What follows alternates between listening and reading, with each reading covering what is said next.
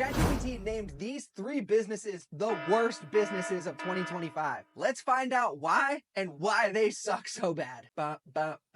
Whoops, wrong intro. Mic check, 1, 2. I make the calls, guess what I do? No change, no rules, just me. Legacy Mike.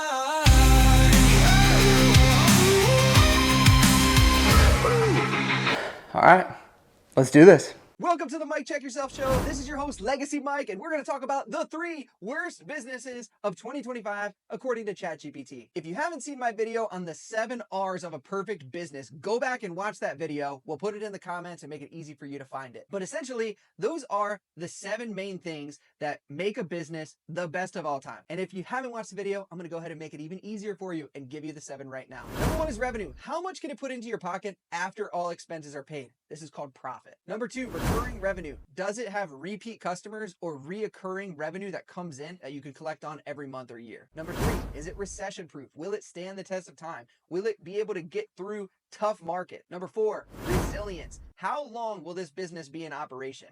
Plus, how risky is it? Number 5, rarity. We also call this blue ocean. How easy is it to get into and how many people are doing it? Number 6, reach.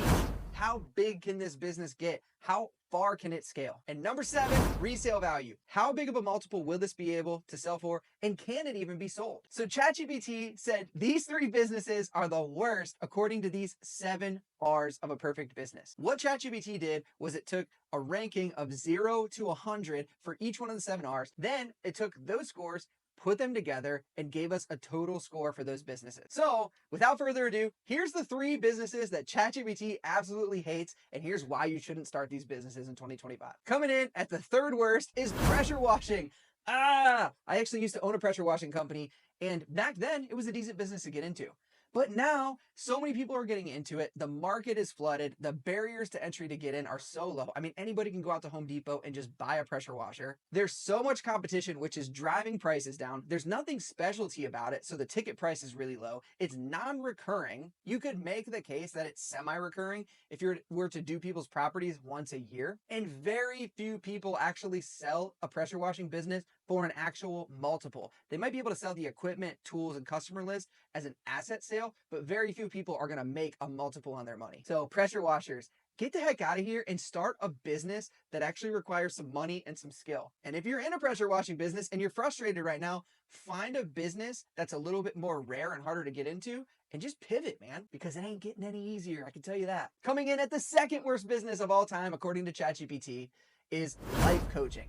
Now, the reason for this is it's got a lot of problems. It doesn't have recurring revenue, or if it does, it's short-term recurring revenue. There's so much competition because everybody thinks that they're a life coach. It's kind of needed, but not really. Like, people have a hard time really understanding what a life coach actually does. The coaching space is just filled with gurus to begin with, and these life coaches, it's just like bananas how many people are doing life coaching. Everybody thinks that they're an expert. There's no licenses required. It's the Wild West of business. And it is so damn hard to find customers for this business that will actually pay you a decent price. So ChatGPT hates this business. So do I. Don't get into life coaching. I think it's stupid and it's not a business you should do. Now, I think coaching is a good business, but I would encourage you to pick a different niche than life coaching. And finally, the worst business of all time, according to ChatGPT. Before I tell you what that is, I'm going to tell you what I think is the worst business of all time. I personally think the credit repair business is the worst business of all time. Here's why. Everything that people with credit repair are doing, ChatGPT and AI is going to be able to do for much faster and for free. So credit repair guys, I'm so sorry. Get the heck out of that business because I think it's the worst of all time. But according to ChatGPT, this is the downright worst business to be in 2025 and one that you should get out of at all costs because it absolutely sucks. Drum roll, please. Wedding planning. ChatGPT absolutely hates this business model. And to be honest, I kind of do too. Here's why. No recurring revenue. It's a one-time purchase. You're dealing with high-end, pain-in-the-butt customers. You have to constantly go out and find new customers. You're on tight timelines. You're dealing with drama queens. There is just so much stuff that's going on with this business. There's so much competition. Anybody could plan a wedding. Everybody's sister thinks that they can plan a wedding. Logistically, it's just so complicated. I absolutely hate this business, and so does ChatGPT. And let's not forget, there is nothing you can sell with a wedding planning business. It has no resale value. It's not worth anything after all those years of hard work. Plus, you're working weekends all the time. It's high pressure. It's just not a good business. I have never met anybody who has scaled a wedding planning business. Now, it might be a decent side hustle. I don't know. That's worth a different conversation. But in terms of an actual business, get the heck out of here with that business. All right, you heard it here. The 3 worst businesses of all time according to ChatGPT. We got pressure washing, life coaching, and the worst one, wedding planning. Let's face it, these 3 businesses are the modern day lemonade stand. Too many people in them, not enough money. Too easy to start, can't make a living. Get out of here with your crappy business. Check out my next video. Make sure you like and subscribe to learn more tips and tricks. And just follow the Mike Check Yourself show because it's the best show for entrepreneurs out there. Let's go. Mic check, 1, 2. I make the calls, guess what I do? No change, no rules, just me. Legacy Mike.